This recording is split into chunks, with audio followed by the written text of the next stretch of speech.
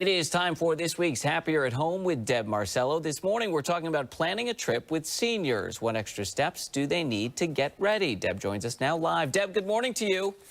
Good morning. A good time to chat about this because, as we know, fall is fast approaching, and a lot of people like to kind of scoot out of Rochester when the weather turns.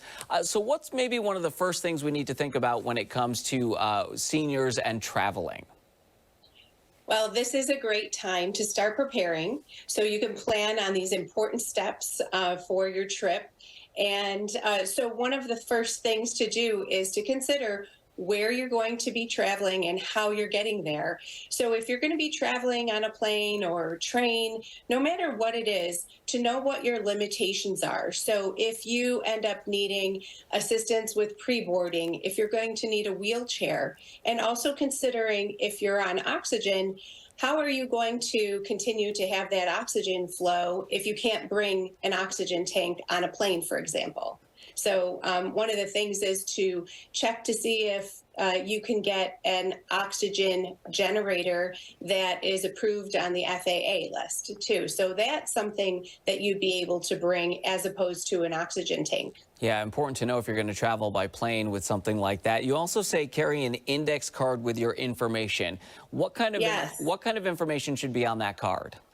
So I just wrote something up very quickly, and I don't know if you could see any of this, but it would include your name, your date of birth, your doctor's phone number, your emergency contact, because if you think about it, if something happens that renders you unconscious, then they want to know who your emergency contact is, to include your allergies, a list of your medications, also your list of medical diagnoses, and if there's anything special like that you have, for example, that you have a pacemaker or something like that. Something like this everyone should have, and you should carry one on you. And then even when you're at home, have something like this maybe on your refrigerator. So if emergency responders come to your home, then they have that information as well. Yeah, really helpful to have that in case of an emergency. You also say get enough medication to last the trip. If possible, we're talking about 2 to 3 months. Is it also a good idea, if you can, to have a local pharmacy maybe where you're traveling? Say if you winter in Florida for a few months, to have a connection there too for those? It really is. Sometimes you can get all of your medications for your trip, even if it is 2 or 3 months. But it's good to establish with a pharmacy wherever you're going to be, especially if you're going to be gone for quite a while. If you happen to have an event where you have an illness and you have to have your doctor call a prescription in, having an established connection with a pharmacy where you're going to be is really a great idea. And just to mention also, when you're traveling, you should keep your medications in their original containers. So that will help you as you're traveling. And then once you get there, if you want to set them up in pill boxes, that's up to you, but keep them in their original containers. Yeah, to avoid any confusion there. You also say to pack wisely, so that includes medications, but also food and hydration.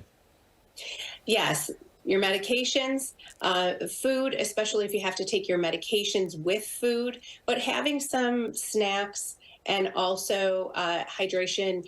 You can't bring a water bottle in through security, but once you get in, I always bring an empty bottle. I fill it up with water, so I have something like that. Some of the forms of transportation can be really cold, so having a blanket, a small blanket with you is really important as well. Yeah, good tips there. We've got about 30 seconds left. We'll just add these two quick ones. Consider compression stockings. What's the benefit there?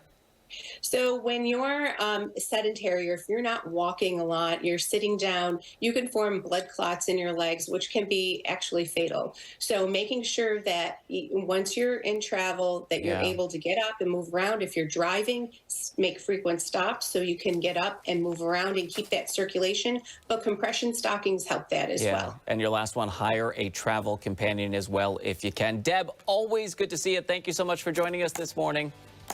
Great. Thank you. Local